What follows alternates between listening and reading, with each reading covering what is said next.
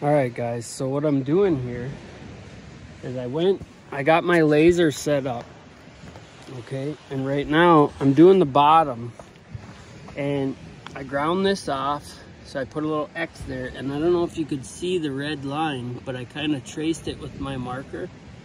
So what I'm doing is just kind of sketching out where exactly this line is, okay? And you know, this will rub off over time, but what I'm doing is kind of setting the stage for where everything's level at, because I want my stuff to be perfect, you know. It might not always be when I'm working on cars and doing all this other craziness, but I'm pretty good at this stuff, some would say. So this we're gonna give this a level, and I'm sure this stuff will shift over time, but that's not my concern right now, because we can always shim it up later if it settles at all. This has been here for a year now, so, and it may settle some more. It's just, that's all sandy right there. Ugh. But you know, and we can contour our wood to match, scribe it, so to say, but for the most part, we want to know right where level is. So I don't know if you can see that line where the rocks are, you know, right here.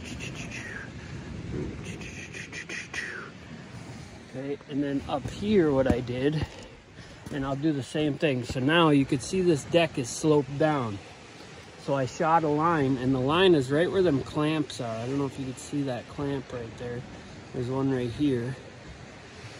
But that's where I'm kind of taking my grade off of. So right from there to that little X I got way down there on that rock somewhere in there is 87.25. So then I came through here with my laser, and I did the same thing. I scribed the cut.